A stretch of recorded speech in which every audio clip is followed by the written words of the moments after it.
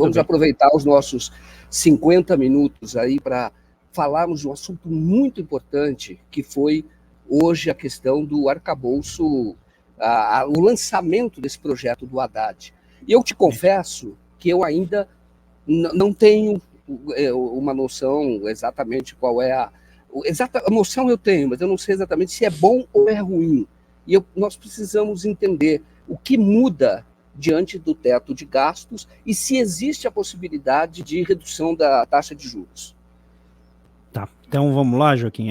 Eu acabei de escrever um fio na minha conta do Twitter. Quem tiver interesse, eu fiz um fio bem introdutório para quem não conhece muito de finanças públicas, para ter uma ideia do que se trata aqui.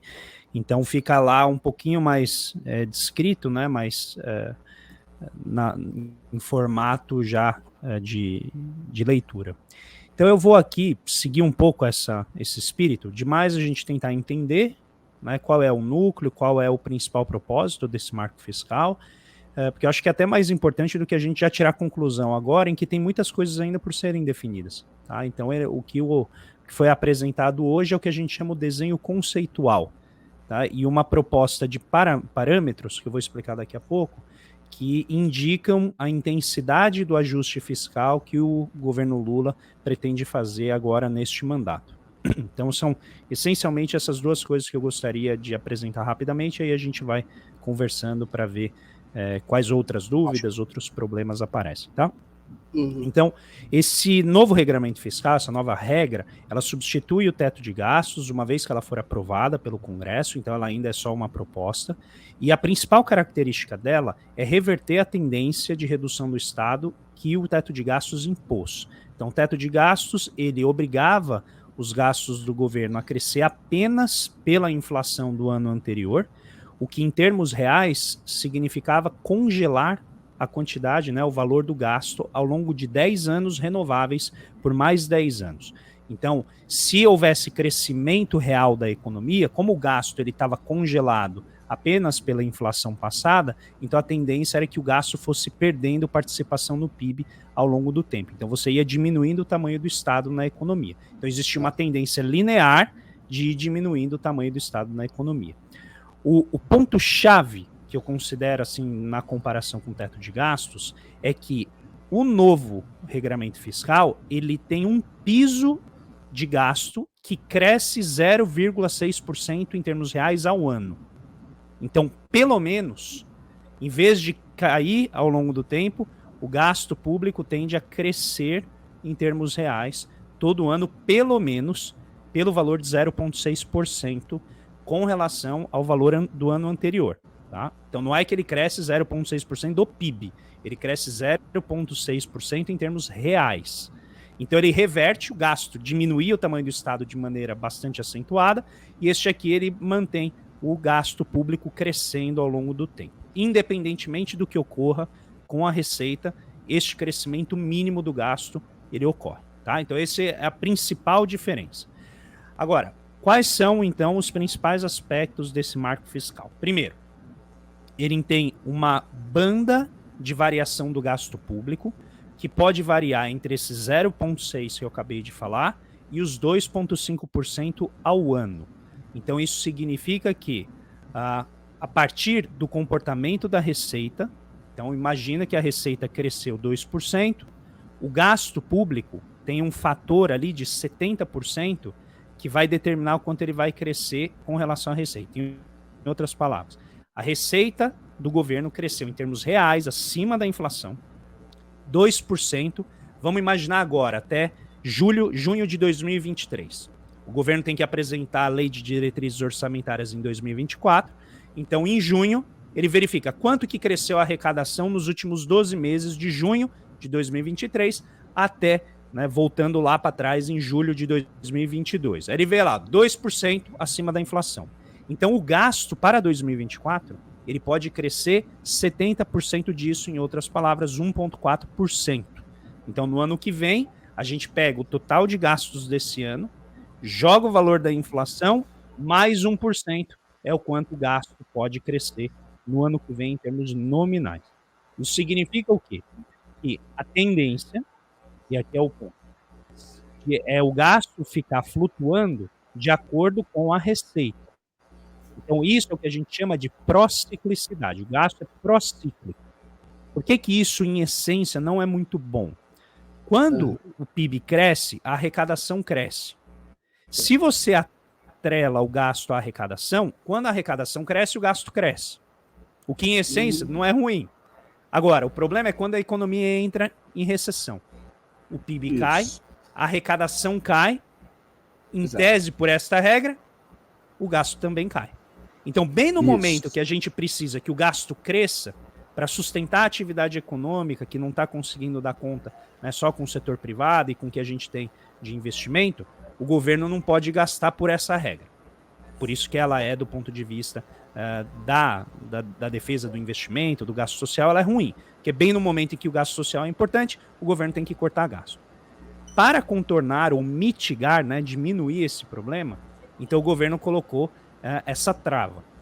Significa que, vamos imaginar que a receita cresça 10%.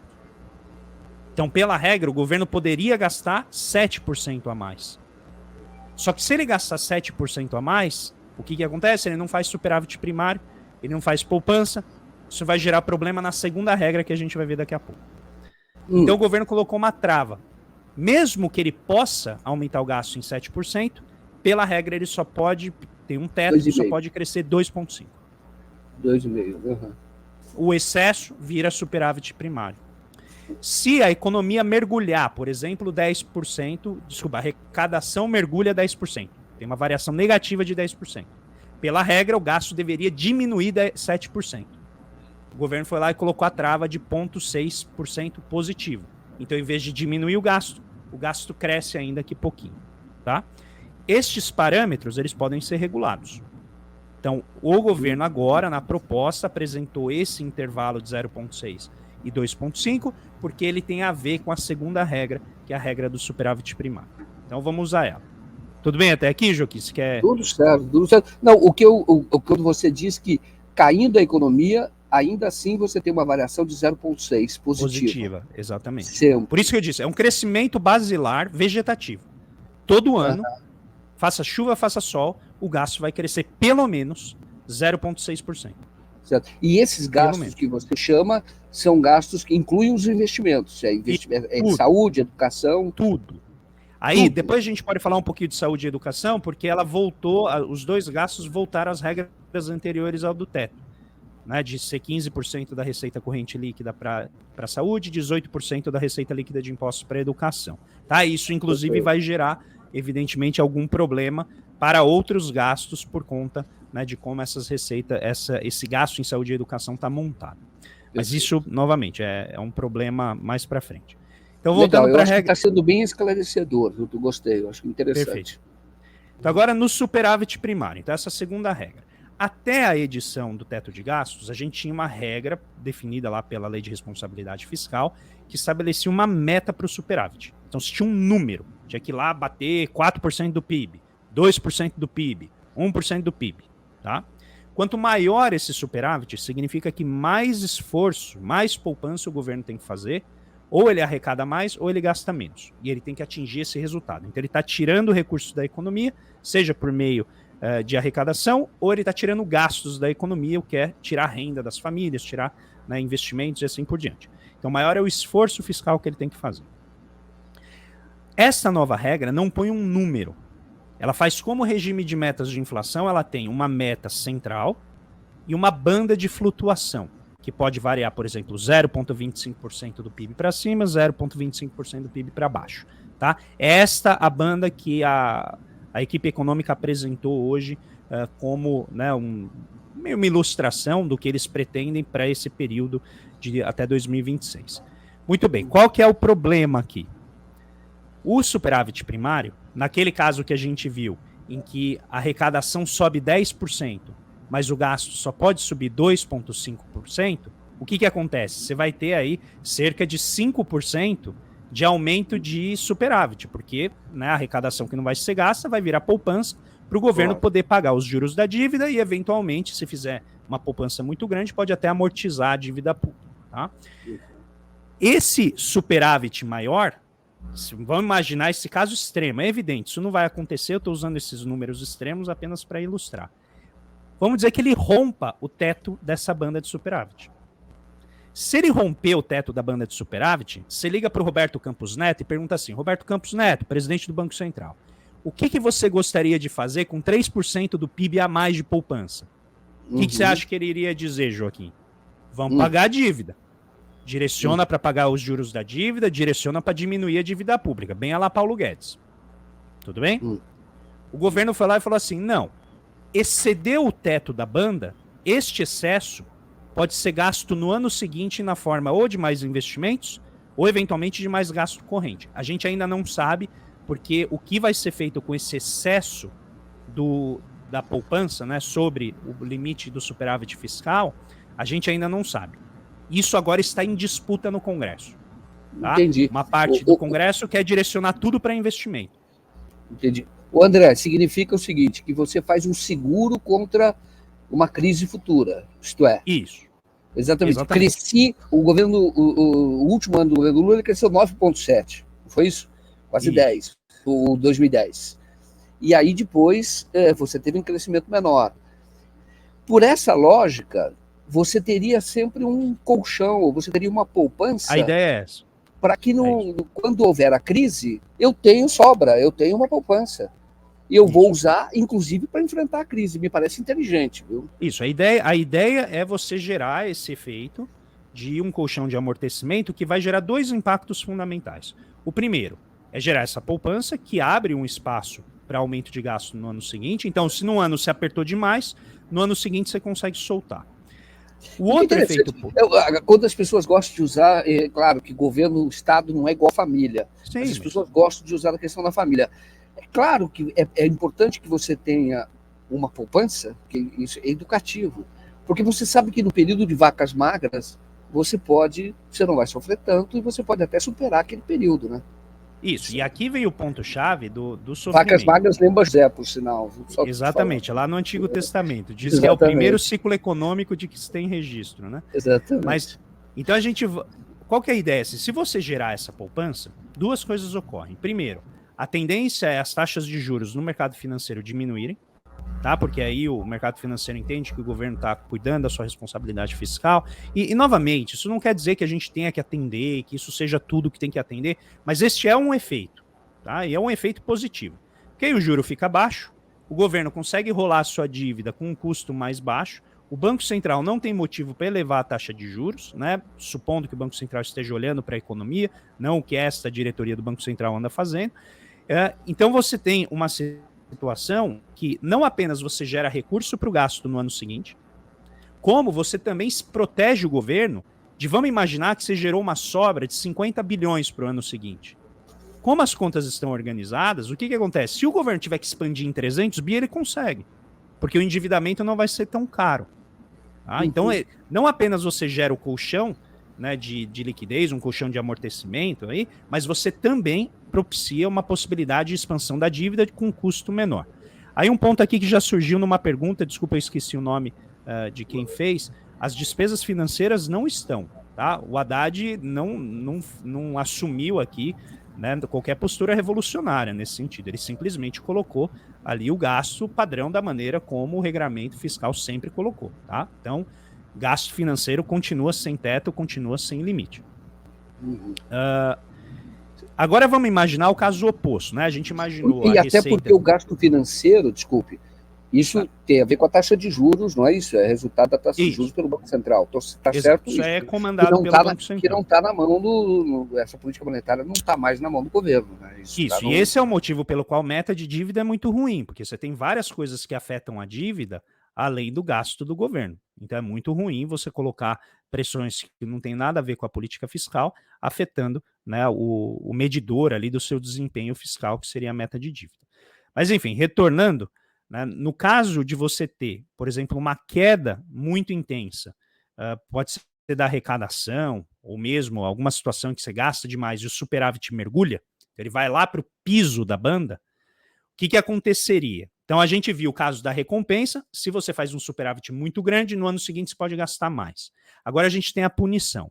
Se o governo faz um superávit muito pequeno, que fica abaixo do piso dessa banda de superávit, no ano seguinte, aquela regrinha de crescer o gasto em 70% do aumento da receita, essa regra cai para 50%. Então, ele não pode aumentar o gasto mais em 70% do aumento da receita, ele só pode aumentar em 50% da receita. Por que é uma punição? Porque ela constrange o espaço que o Estado tem para gastar no ano seguinte ao ano em que ele burlou, né, a regra fiscal. Tá? Então, esse movimento, né, esse ajustamento, ele é um ajustamento que estabiliza ou vai ajudando o governo, né, a sinalizar que ele vai estabilizar a dívida num prazo aí dentro desse período de 4 anos, conforme o marco estabelece. Sara, eu não sei se você quer continuar. Eu quero te perguntar uma coisa, aproveitar o Joaquim está com problema de internet, né? Eu te falei. O Lula tem falado desde o início que ele não trata investimento como gasto. Mas, no final das contas, pelo que eu estou entendendo do que você está falando, é só uma questão simbólica mesmo, né? Porque dentro da administração pública é tudo gasto, não é isso? Não, é que a gente tem 2 tipos de gasto, né? Gasto é tudo aquilo que significa dispêndio, né? Então pode ter gasto com investimento e gasto corrente. A fala do Lula, ela tem uma sabedoria que é, de fato, quando você gasta com saúde e educação, você não pode tratar isso como despesa corrente, porque o efeito disso, né, é muito positivo na economia ao longo prazo. O problema que a gente tem aqui não é tanto a natureza do gasto, é mais a restrição financeira que está colocada. Então, eu sei que muita gente acha que o Estado não tem essa restrição financeira, e rigorosamente ele não tem pelo fato de que ele emite a sua própria dívida. Agora, isso não significa que ele possa gastar o quanto ele quer, né, da maneira como ele quer. Porque se isso acontecer, tem outras restrições na economia, como o poder do mercado financeiro, a própria questão inflacionária, tem uma barreira inflacionária que a gente tem que evitar chegar, né, quando ocorre o pleno emprego. Então, existe um problema de equacionamento financeiro que o ministro da Fazenda tem que lidar. Ele, infelizmente, ele não pode simplesmente chegar e dizer assim, não, vamos investir em tudo que a gente precisa, né, como se não houvesse restrição. Elas existem, elas são autoimpostas, elas decorrem da economia política, mas elas existem. Então, o ponto aqui, e eu acho que o Lula ele já entendeu, pelo que eu soube das reuniões internas ali da equipe econômica com as lideranças do Congresso, ele entendeu a dinâmica financeira e ele reconhece que tem limites, e por isso que ele aceitou a maneira como foi feita aqui, e eu vou expressar o porquê que eu acho que ele está aceitando a maneira como o Haddad está propondo essa regra. A Faria Lima deixou muito claro, eu quero que você faça ajuste fiscal rápido. O Haddad falou, legal, eu vou fazer ajuste fiscal rápido, no final do ano que vem eu zerei o déficit. Só que não vou zerar do meu jeito. Como que eu vou zerar? Recompondo receita. A Faria Lima não quer ajuste fiscal via receita, ela quer ajuste fiscal via gasto. Aí o Haddad hoje, nas palestras, né, na apresentação, eu até achei que ele gastou mais tempo falando de tributo do que falando do marco fiscal. O que ele falou? Não, o ajuste vai se dar substituindo a oneração que se dá predominantemente sobre as pessoas de baixa renda e deslocando isso para as pessoas de alta renda. Como que vai ocorrer esse deslocamento da oneração? Primeiro, eu vou tentar diminuir os impostos incidentes sobre as pessoas de baixa renda. Se eu não conseguir reduzir o imposto direto, eu vou dar renda para elas.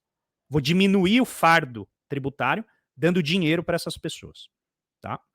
Alternativamente, eu posso começar a tributar, por exemplo, produtos que têm muita evasão fiscal, que os ricos fogem deles. Posso começar a tributar mais a renda, posso começar a tributar mais patrimônio.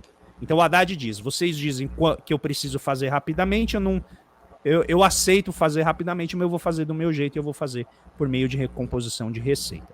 Então, existe aqui um ponto para todo mundo gostar, um ponto para todo mundo odiar. Dos dois lados. A Faria Lima vai ficar feliz porque o ajuste é rápido, então isso já está aparecendo na queda do câmbio. Eu acho que semana que vem o câmbio já está abaixo de 5.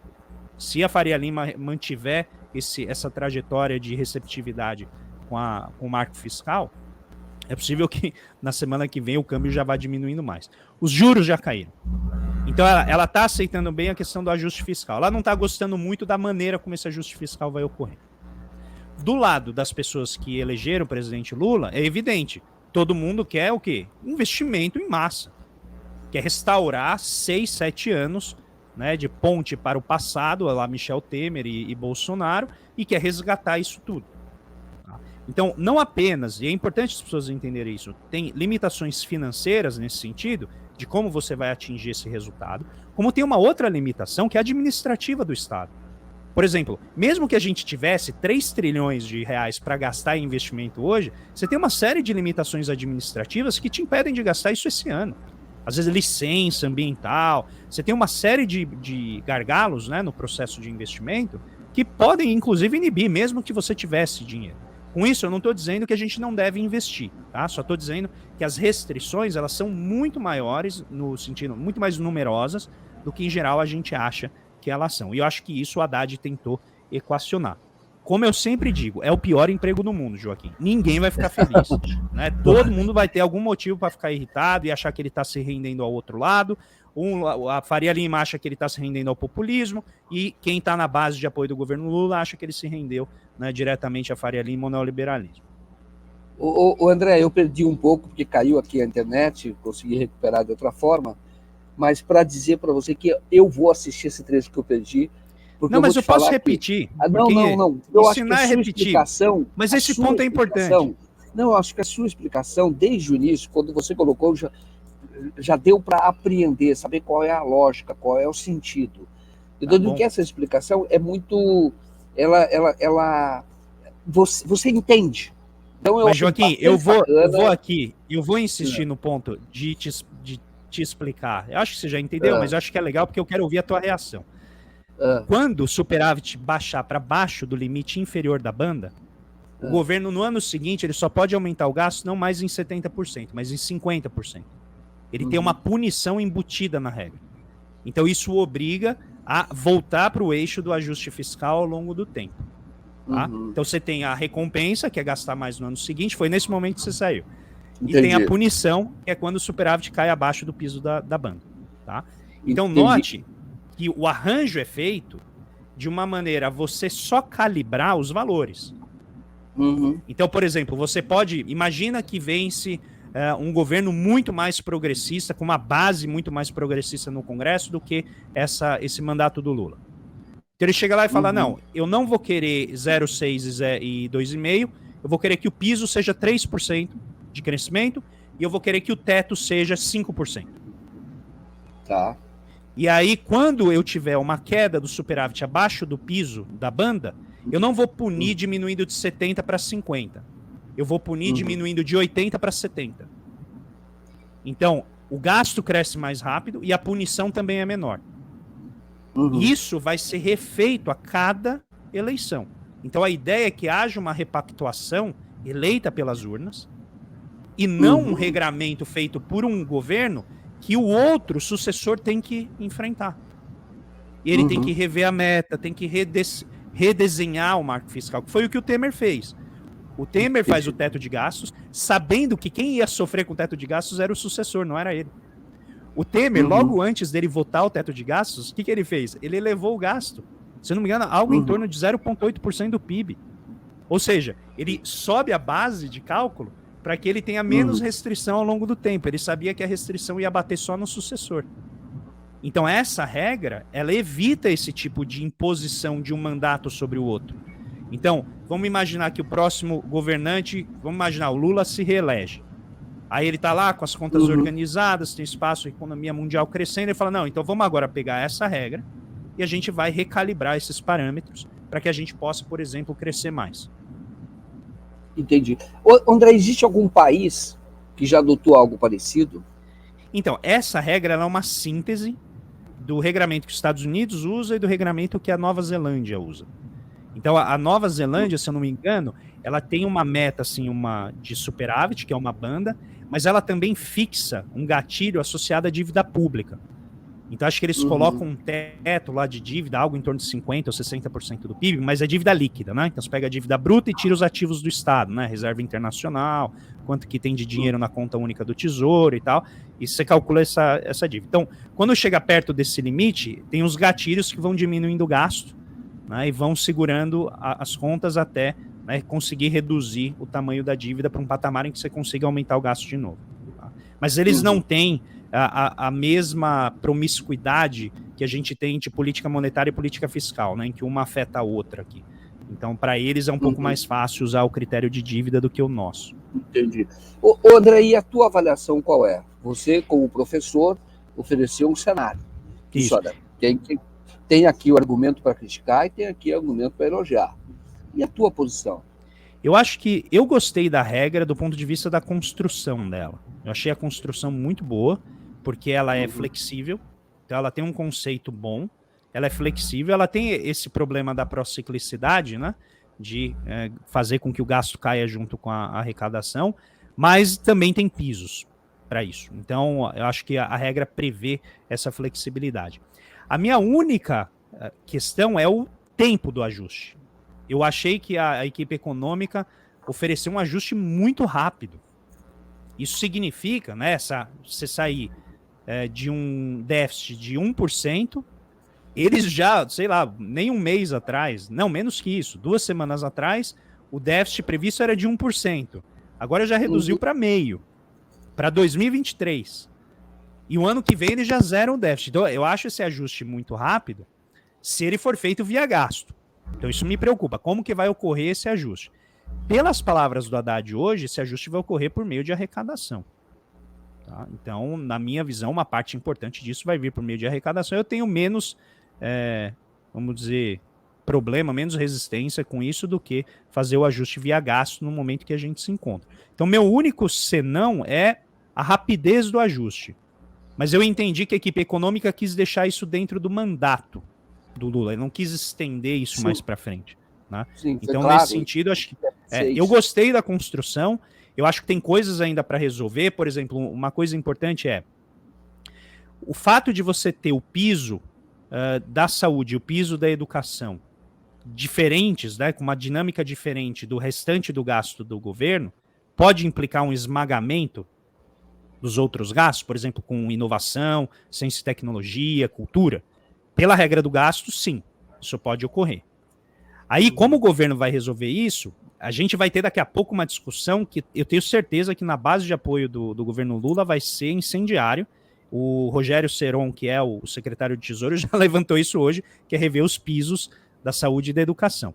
Tá? E possivelmente vai se rever o piso de acordo com algum gasto per capita, alguma medida assim. Tá? Então isso certamente vai ser uma discussão muito acalorada aqui no nosso campo. Um outro problema que aparece... Depois eu coloco. Tá. Imagina que a economia cresce muito. Inclusive quem levantou esse ponto foi a Laura Carvalho no Twitter. Falou, imagina que a economia cresce muito. E se a economia crescer muito e tiver muita arrecadação, a gente corre o risco de colocar um teto muito restritivo para o gasto. No momento em que a gente poderia, por exemplo, né, ampliar investimentos em áreas-chave, como infraestrutura humana, física, ciência e tecnologia, construção, né, da nossa transição ecológica. Então existe essa preocupação, né, com o que aconteceria num cenário muito positivo, em que esse arranjo teria pouca flexibilidade para aproveitar oportunidades. Mas, André, 2 coisas. Coloco. Primeiro que esse seria o bom problema. Isso. Significaria que deu resultado. Isto é, a economia está crescendo, então vamos rediscutir. Eu entendo, esse é um bom problema. Isso é claro que haveria pressão nesse sentido. Eu acho, entendo. Eu vou te colocar o cenário. De crescimento. Então, mas deixa eu te colocar o seguinte cenário. Imagina que esse ciclo positivo ocorre no último ano de governo. Então, o excesso do superávit, você só vai poder gastar se você for reeleito. Isso. Entendeu? Então, você tem uma questão de timing aqui, que você não escolhe quando esse ciclo vai ocorrer, né?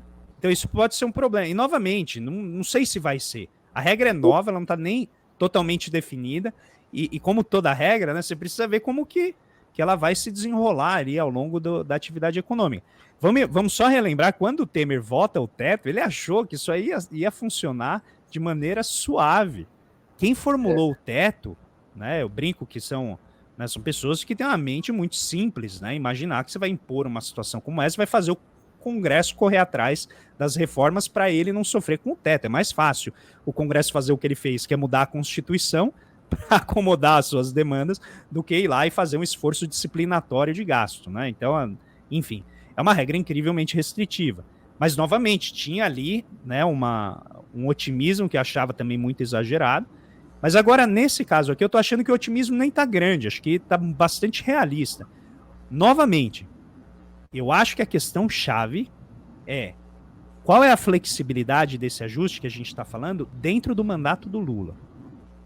Entendeu? Será que o ano que vem eles vão falar, não, agora o parâmetro pode mudar? Porque a proposta da equipe econômica é até 2026 isso que está colocado. Então talvez este seja o novo campo de debate, de discussão que a gente vai ter que fazer. Legal. André, duas coisas. Primeiro que, na hipótese do último ano do governo Lula, na hipótese de haver um crescimento muito grande, ele está reeleito, ou quem ele indicar é reeleito, isso é natural. Sim. Porque a economia define muito da eleição, muito. E agora, a outra questão é a seguinte, é que se os agentes econômicos estão aprovando, você pode ter um cenário de atração de investimento privado, aí não há limite. Então você tem que contar com isso. Quer dizer, quando você tem uma redução, uma valorização do real, e você tem as contas ajustadas, eu estou falando qual é a lógica, não estou defendendo nada. Não, claro. Tá? A lógica é essa. Quando a pessoa olha para um cenário desse, fala, é um bom país para eu investir.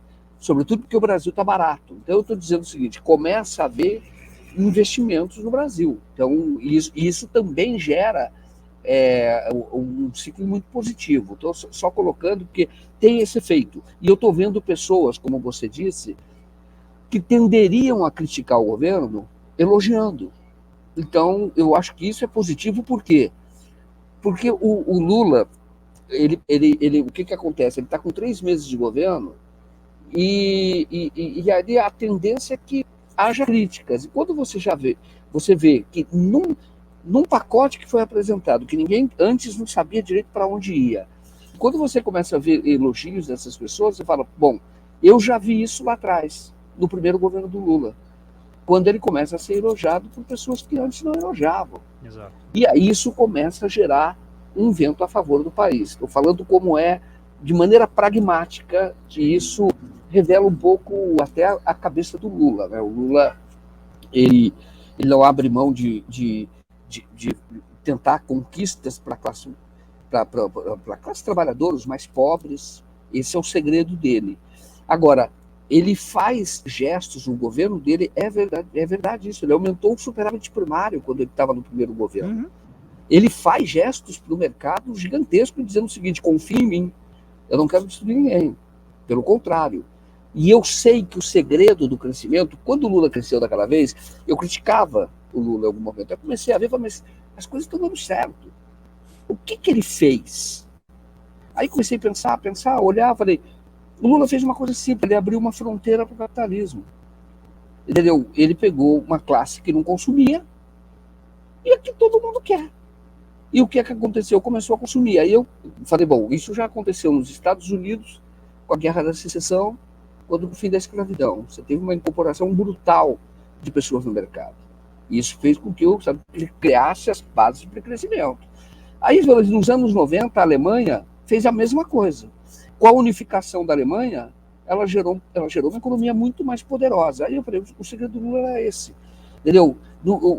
Era incluir pessoas, trazer pessoas, aumentar o tamanho da economia, o tamanho do mercado. Então, e sempre fazendo gestos, fazia mesmo, gestos para o mercado, sempre fez, sempre. E ele está fazendo de novo, do seguinte sentido, não rasga o contrato, quero que vocês ganhem dinheiro, agora só tem uma condição, a gente vai ter que gerar emprego. Essa é a condição, e vai ter que ter uma valorização da massa salarial, que também houve. É interessante, eu estou vendo isso se repetir, vamos ver o que vai acontecer daqui para frente. Eu acho que até a indicação do Haddad para a Fazenda tem esse propósito, eu considero o Haddad meio diplomata assim, para as forças internas que não gostaram da eleição do Lula. Né? Como se tivesse um conflito externo, ele lida com, né, o conflito interno. E é por isso, muitas vezes, é visto como alguém que é excessivamente conciliador, né? Alguém que não vai para cima, que não peita e tal, mas eu acho que o papel dele é esse, né? Gostemos ou não, quem acha que ele tinha que peitar mais ou tal, mas enfim, é o papel que ele, é a linha de gestão que ele estabeleceu para ele. Eu acho que André, desculpa, André, só para estar vendo, eu era repórter E eu cobri o dia que teve um protesto, um confronto até físico na porta dos sindicatos metalúrgicos, porque o Palocci foi, naquela ocasião, fazer uma palestra lá. O que eu quero dizer? O Lula bancou o Palocci, entendeu? Sim. O Palocci, em alguns momentos, parecia o Malan falando, entendeu? Mas a diferença foi que o Lula tinha um norte. E eu vi também, quando o Lula, eu estava como repórter, quando o Lula anunciou, em 1985, do lado do Berzoini, os números do IBGE, mas tem uma diferença. Mas a gente tem uma diferença importante agora. Porque lá em 2003 e 2010, você teve uma força externa carregando a dinâmica econômica, que foi o crescimento da China. Sim, a gente não vai ter isso agora. Então, o que a gente tem que substituir aquele movimento externo, aquela bonança? Vai ser a transição ecológica. Só que a transição ecológica, ela impõe desafios muito maiores do ponto de vista da política econômica. Lá atrás, quando veio o boom de commodities, você não tinha que fazer muito. Você exportava mais, o dinheiro entrava, largava as restrições aqui dentro, você conseguia fazer Bolsa Família, fazer PAC, fazer, né, Minha Casa Minha Vida, você conseguia fazer um monte de coisa. Então, a coisa meio que andava sozinha. Apreciava o câmbio, aí quem estuda câmbio fala, olha, tudo bem, isso tira força da indústria, por outro lado, barateia o preço do bem de capital que você está comprando lá de fora. Então, você teve a combinação desses elementos. A gente não tem esse elemento empurrando a gente agora. Isso significa o quê? Que a gente vai ter que aproveitar a liquidez que está bombando lá fora, tem muito dinheiro. Banco Mundial, o New Development Bank, agora que a presidente Dilma foi assumir, você vai ter muito dinheiro procurando estes investimentos específicos. Então, eu sei que a gente fica gastando muito tempo aqui discutindo questões de curto prazo, né, que é política fiscal, política monetária, mas se não resolver esse problema aqui, a gente não vai conseguir fazer o MD aparecer mais. Porque a minha meta, minha preocupação maior é que a gente comece a discutir a transição ecológica. Onde que a gente vai investir? Como que a gente vai resgatar a capacidade produtiva da Amazônia em bases sustentáveis? Como que a gente vai conseguir fazer o nosso SUS ser uma potência produtiva de exportação de serviços? Como a gente vai fazer para o hidrogênio verde se tornar uma base importante no nosso sistema energético? Como a gente vai resgatar o papel da Eletrobras para reduzir o custo da energia elétrica, que o Brasil já tem o segundo maior custo de energia elétrica do planeta, e sem energia elétrica não tem indústria. Então, a gente entende, esses problemas são problemas de longo prazo.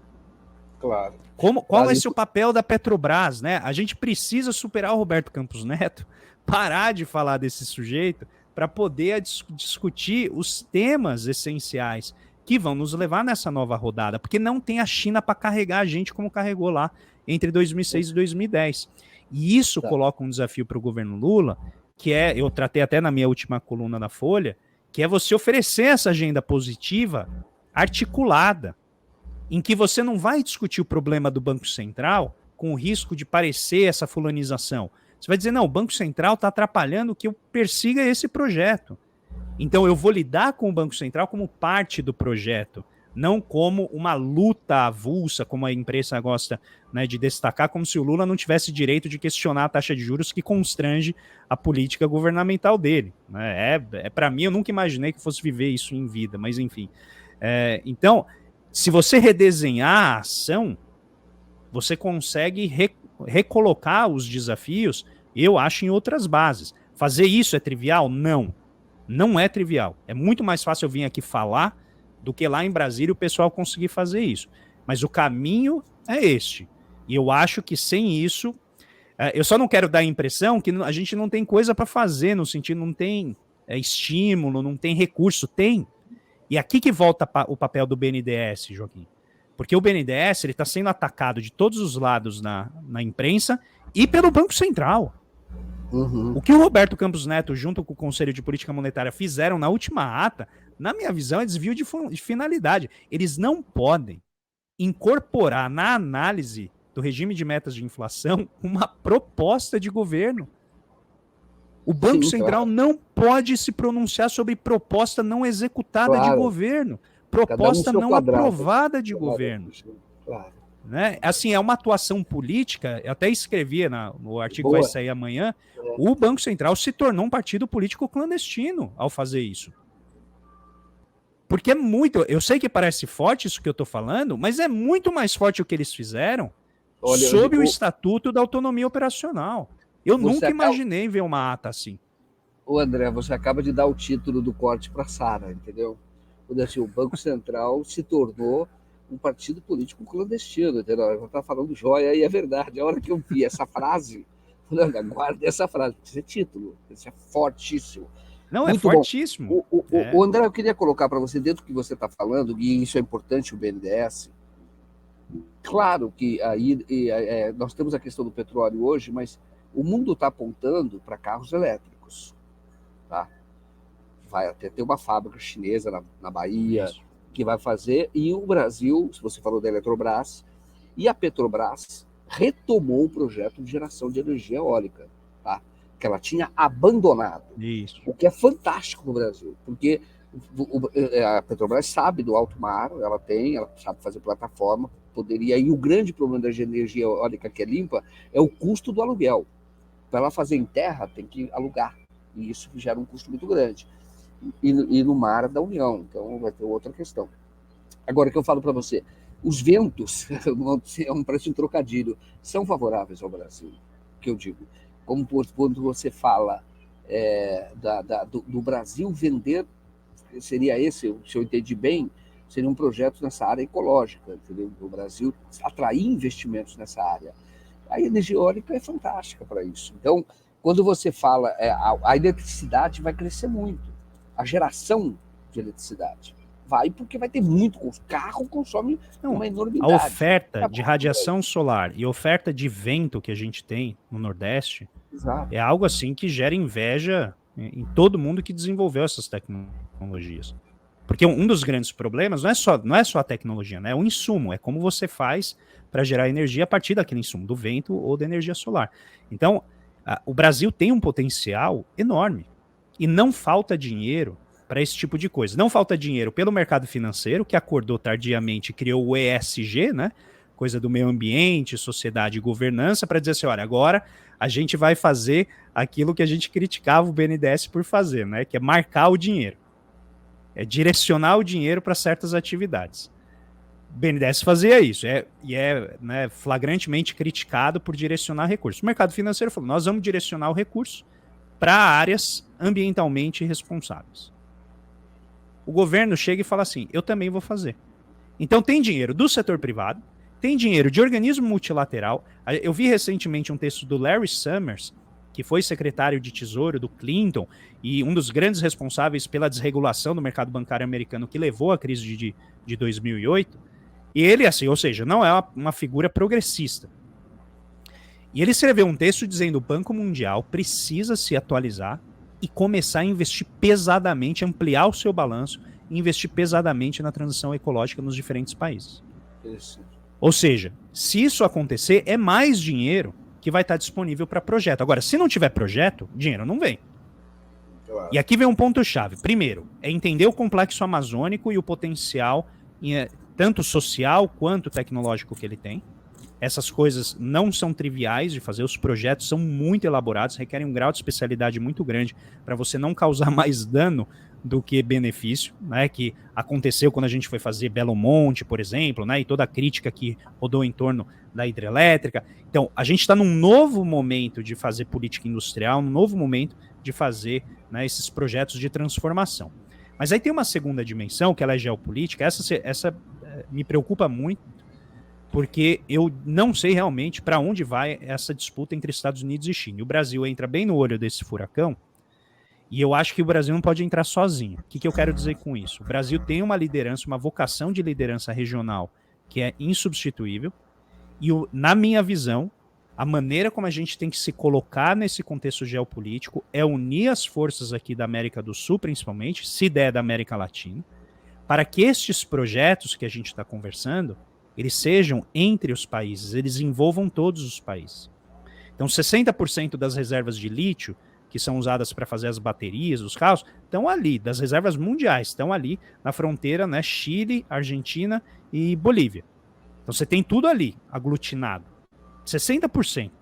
Ó, daqui a pouco vão descobrir mais em outros lugares, vai diminuir a participação. Mas hoje é uma concentração muito grande.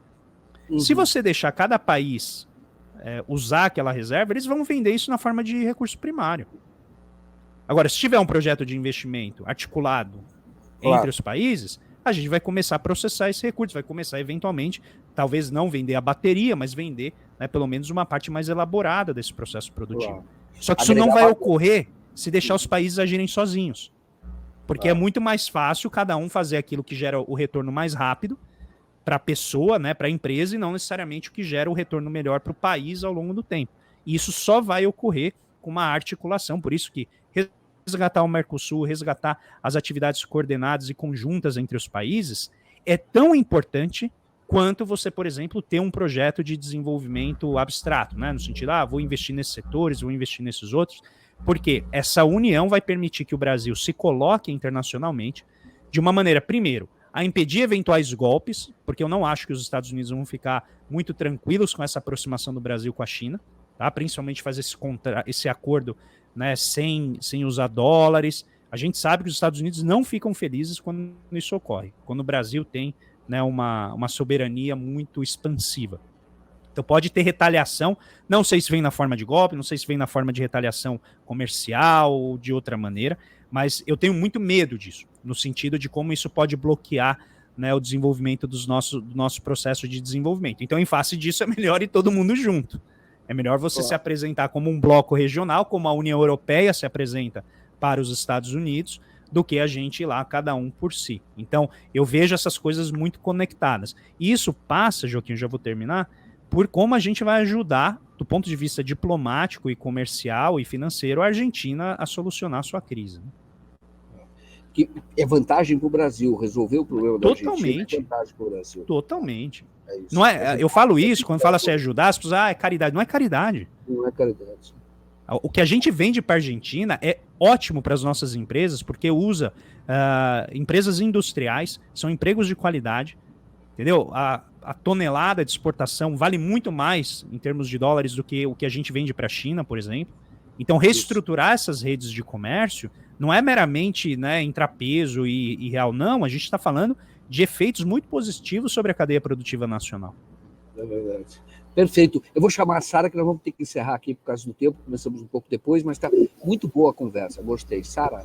Ótimo.